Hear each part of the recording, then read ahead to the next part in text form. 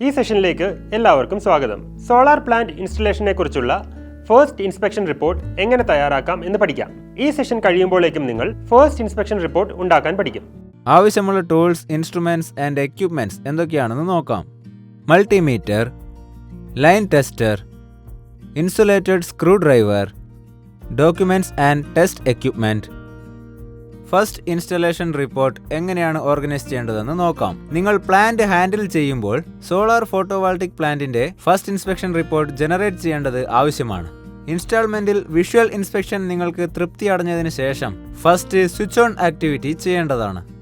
AC mains input voltage and current, solar array voltage and current, battery charging voltage and current, inverter output AC voltage and current തുടങ്ങിയ എല്ലാം തന്നെ കമ്പനിയിൽ നിന്ന് കൊണ്ടുവന്ന prescribed ഫോമിൽ verify ചെയ്യേണ്ടതാണ്. മേലെ തന്നിരിക്കുന്ന steps no load step by step ആയിട്ട് നിങ്ങൾ ചെയ്യണം. അതായത് increase in load, full load and little overload condition. കസ്റ്റമറിന്റെ മുന്നിൽ വെച്ച് തന്നെ എല്ലാ ഒബ്സർവേഷനുകളും റെക്കോർഡ് ചെയ്യണം. കസ്റ്റമർ ഓർഡർ ചെയ്ത സോളാർ ഫോട്ടോവോൾട്ടിക് പ്ലാന്റ് എങ്ങനെ പ്രോപ്പറായിട്ട് ഫംഗ്ഷൻ ആവുന്നുവെന്ന് അത് കാണിക്കണം. എന്തെങ്കിലും അബ്നോർമാലിറ്റി ഉണ്ടെങ്കിൽ അത് നോട്ടീസ് ചെയ്ത് അത് ഉടനെ റെക്ടിഫൈ ചെയ്യണം. അതിന് കഴിഞ്ഞില്ലെങ്കിൽ മെയിൻ്റെനൻസ് ടീമിനെ അത് അറിയിക്കണം.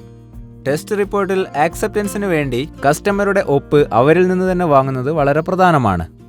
റീക്യാപ്പ്: ഈ സെഷനിൽ നിങ്ങൾ എങ്ങനെയാണ് ഫസ്റ്റ് ഇൻസ്പെക്ഷൻ റിപ്പോർട്ട് ഉണ്ടാക്കുന്നത് എന്ന് പഠിച്ചു. ഈ കൺസെപ്റ്റ്സ് എല്ലാം തന്നെ നിങ്ങൾക്ക് നന്നായി മനസ്സിലായിട്ടുണ്ട് എന്ന് ഞാൻ കരുതുന്നു. പുതിയൊരു കൺസെപ്റ്റുമായി അടുത്ത സെഷനിൽ വീണ്ടും കാണാം. നന്ദി.